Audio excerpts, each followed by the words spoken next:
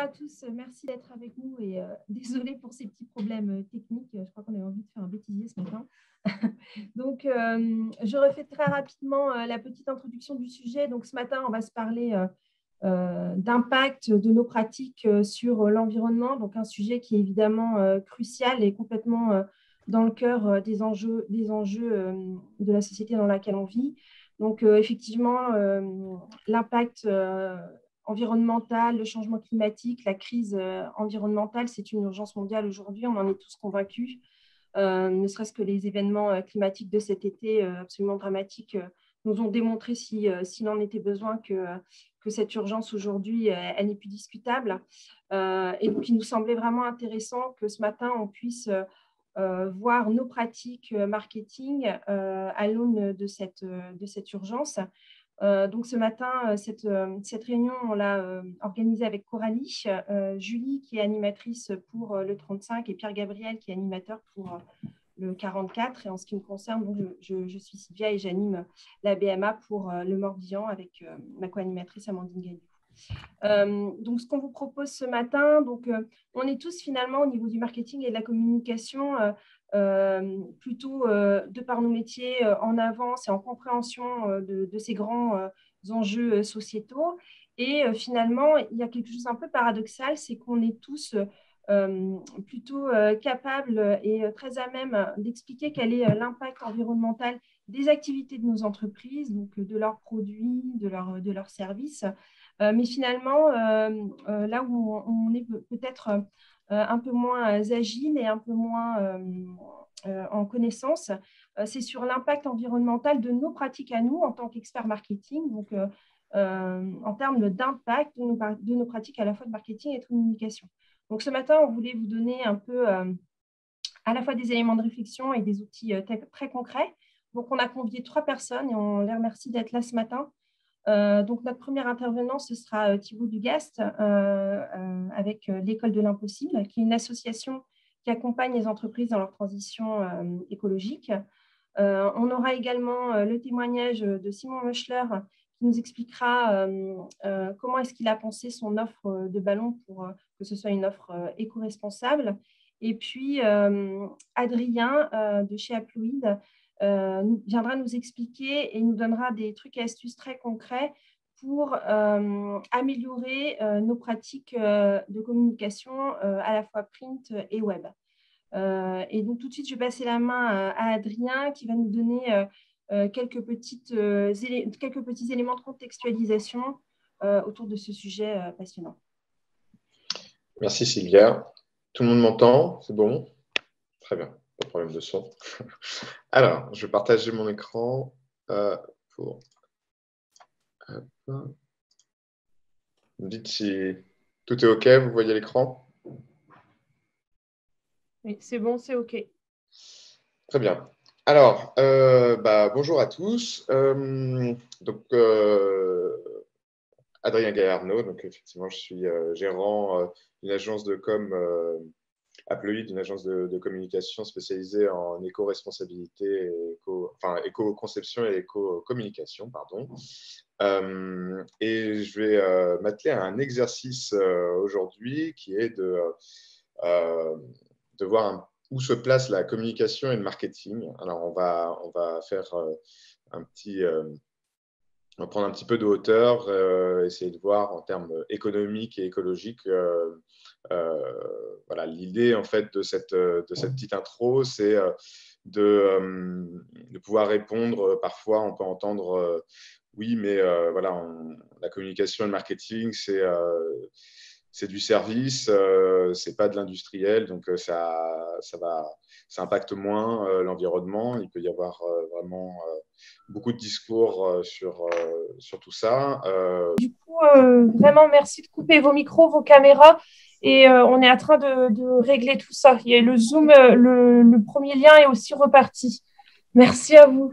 OK, parce que moi, je n'enregistre pas. Hein, je fais juste... Donc, il y a juste... Là, c'est mieux ou pas? Normalement, oui. C'est bon? Merci beaucoup. Merci. Alors, Donc, on va partir sur juste voilà, une petite intro macroéconomique pour mieux comprendre un petit peu comment l'économie impacte l'environnement et du coup la place de la communication et du marketing dans tout ça. Donc, on a un graphique ici qui montre que l'évolution de la consommation énergétique par personne pendant plusieurs décennies, même siècles là. On part de 1860 jusqu'à nos jours et on voit que la quantité d'énergie par personne consommée n'a cessé d'augmenter au fur et à mesure des années.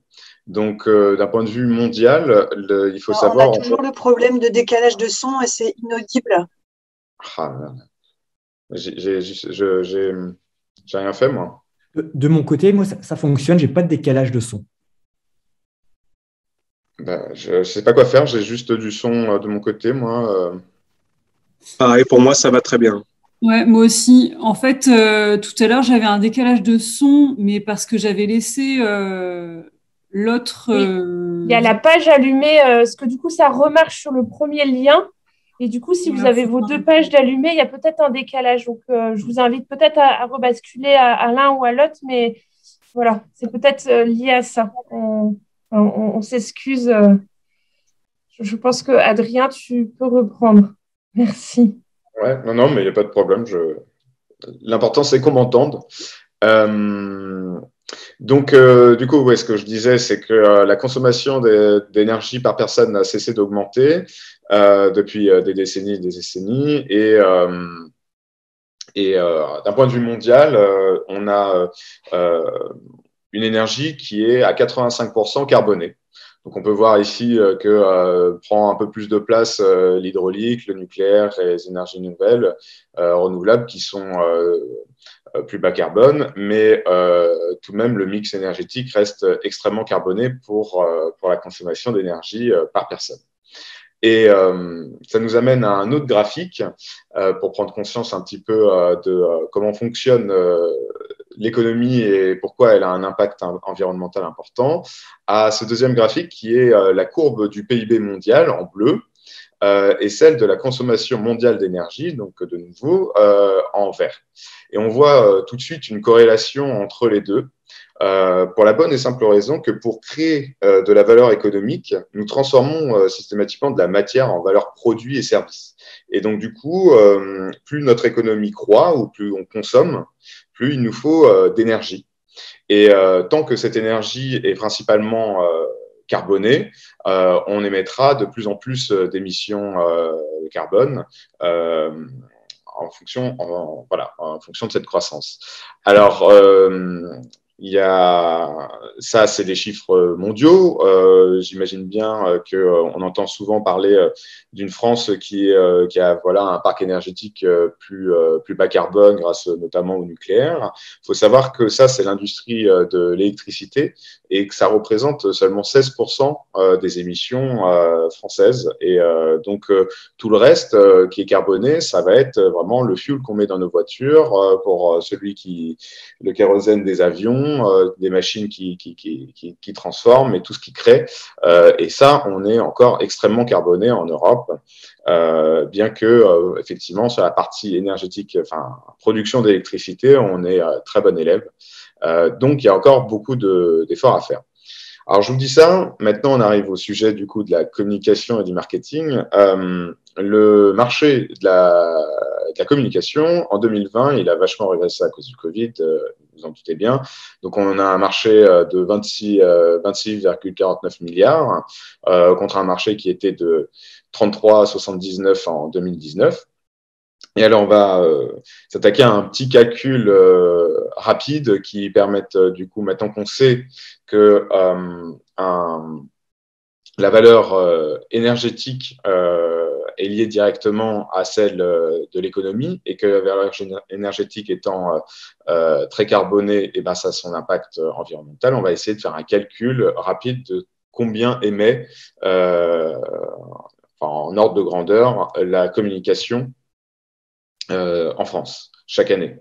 Donc, le PIB français, on va se référer sur une année 2019 qui était une année à peu près normale. Donc, le PIB de la France, c'était 2323 milliards d'euros. Le marché de la com qu'on vient de voir, donc c'était 33,79, ce qui représente 1,45% du PIB français. C'est le marché de la com représente ça.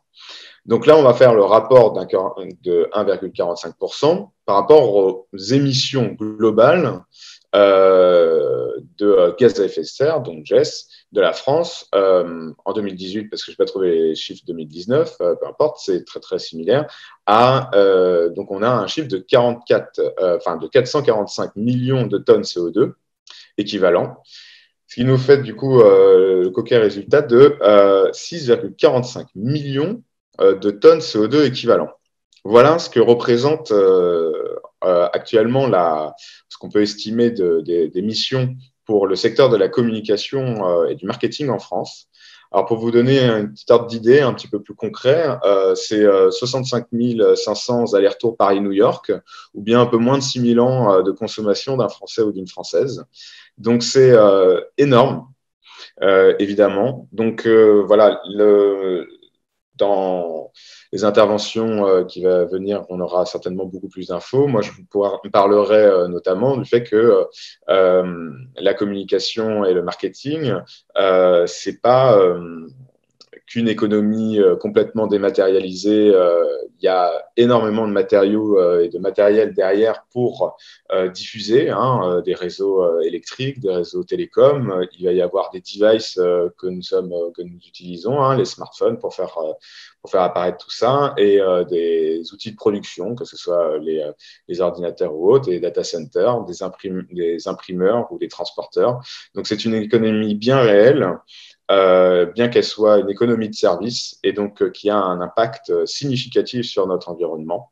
Donc voilà, je voulais vous faire cette petite approche calcul pour vous donner la proportion et le travail qu'il y a à faire sur ce secteur. Donc voilà, j'espère que ça vous a apporté quelques informations supplémentaires, et je vais passer la main à Pierre-Gabriel. Merci beaucoup, Adrien, pour cette première introduction très concrète sur le sujet. Donc, Pierre-Gabriel, effectivement, moi, je suis animateur sur le Loire-Atlantique de la Brest Marketing Academy. Et je vais accueillir notre premier intervenant ce matin en la personne de Thibaut Dugas de l'association École de l'Impossible, qui normalement va s'afficher sous vos yeux.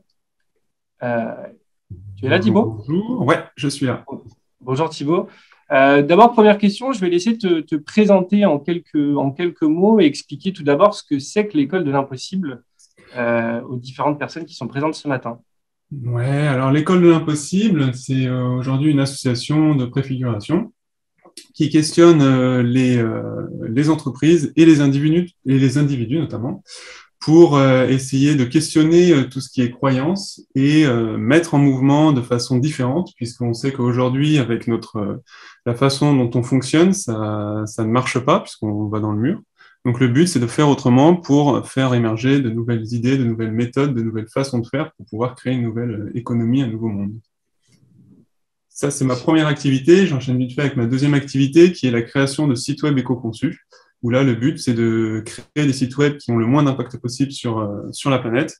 Et je sensibilise aussi les professionnels et les citoyens. Ça marche, merci beaucoup pour cette petite présentation. L'objectif de ton intervention ce matin, c'était aussi de mettre en regard l'évolution de nos stratégies marketing face à cet enjeu qui est la transition environnementale, avec aussi une prise de conscience plus globale à avoir au sein des entreprises. Est-ce que tu peux nous en parler un peu plus en détail ?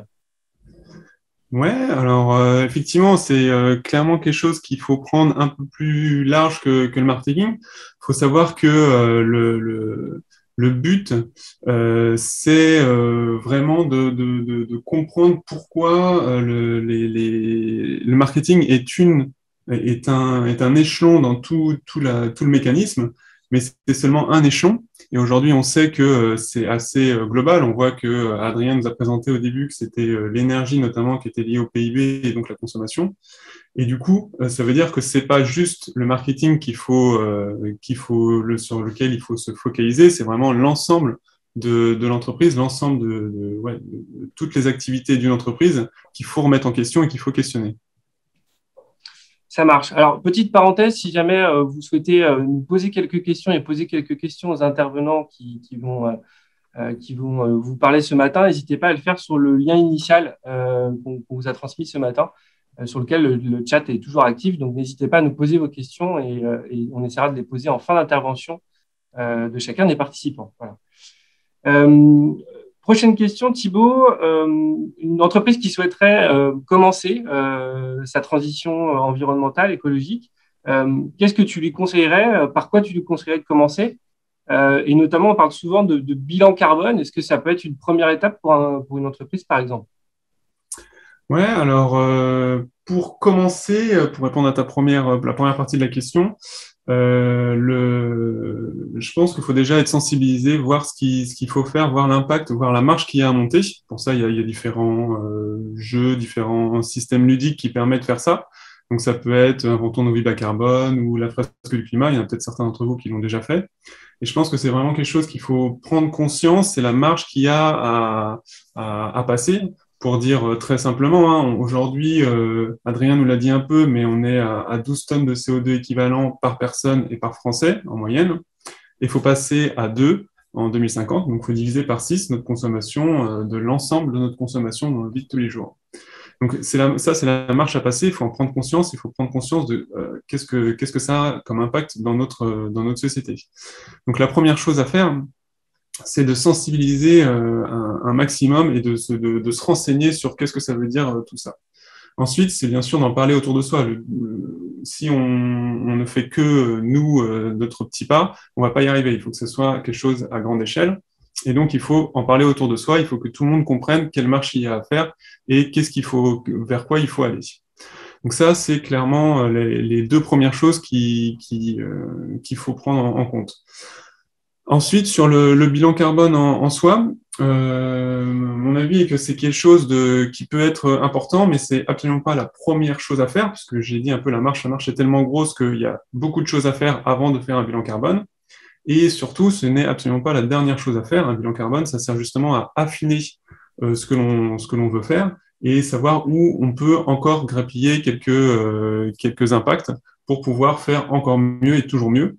Mais c'est pas une finalité. Et aujourd'hui, il y en a beaucoup qui l'utilisent pour, avant de faire des actions, de faire ça. Je pense que pour ma part, il faut faire des actions, puis faire un bilan carbone pour aller encore plus loin. Et c'est une action pour aller encore plus loin.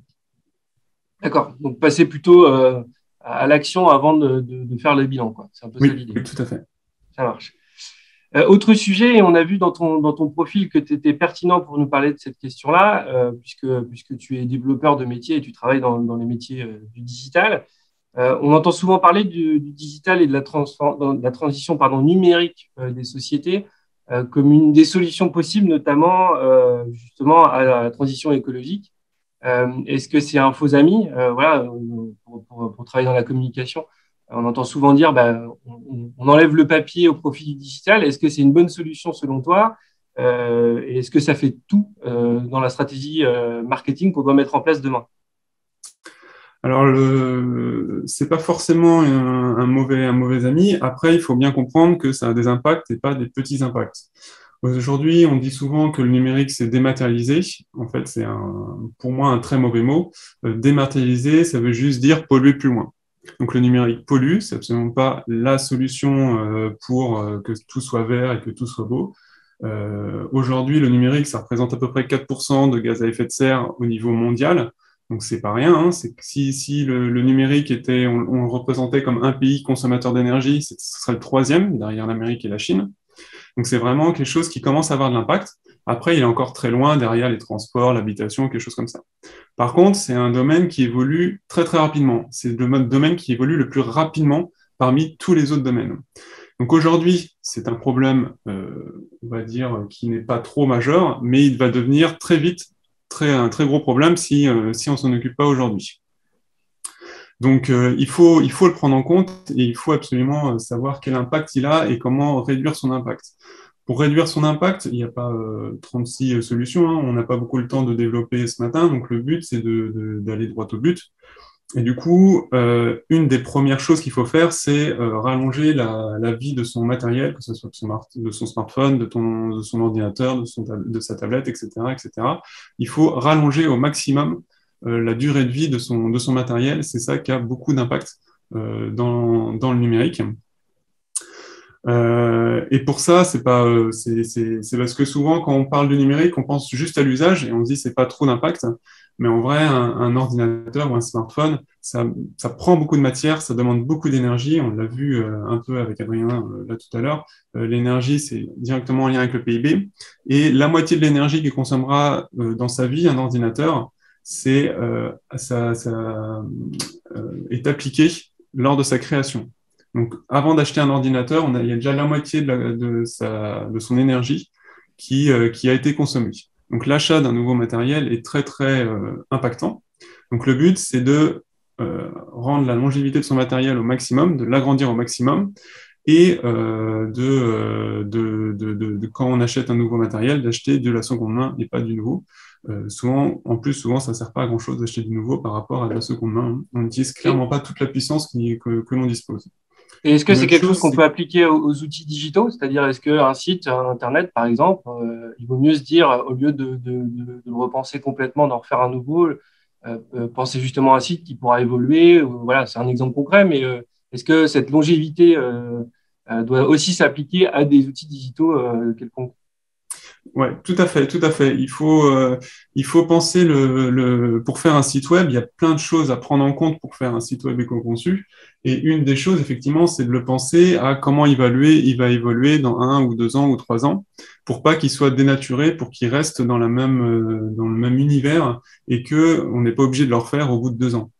C'est quelque chose, plus il dure, mieux c'est et moins on aura d'impact forcément. Ça marche. Une autre question que je voulais te poser ce matin, c'est qu'aujourd'hui, je pense qu'on a beaucoup de gens qui sont présents, qui nous écoutent aujourd'hui, qui font aujourd'hui des choses qui sont plutôt positives dans leur entreprise, qui sont plutôt dans des modèles durables et qui essayent de mettre en place des solutions éco-responsables. Cela dit, on a tous du mal à communiquer dessus. On se pose toujours des questions sur la communication sur ces actions-là. Il y a souvent un petit sentiment de ne pas en faire assez, de pas aller assez loin dans ces actions-là. Qu'est-ce que tu conseillerais, toi, à une entreprise qui fait des choses plutôt positives et qui ne sait pas forcément comment communiquer dessus? Qu'est-ce que tu leur conseillerais? Ouais. Alors, le truc qu'il faut avoir en tête, c'est que personne n'est parfait et vous comme moi, on n'est absolument pas parfait et on ne sera jamais parfait. Le but, c'est par contre de faire quelque chose. On sait que si on fait rien, on va dans le mur, on va pas y arriver.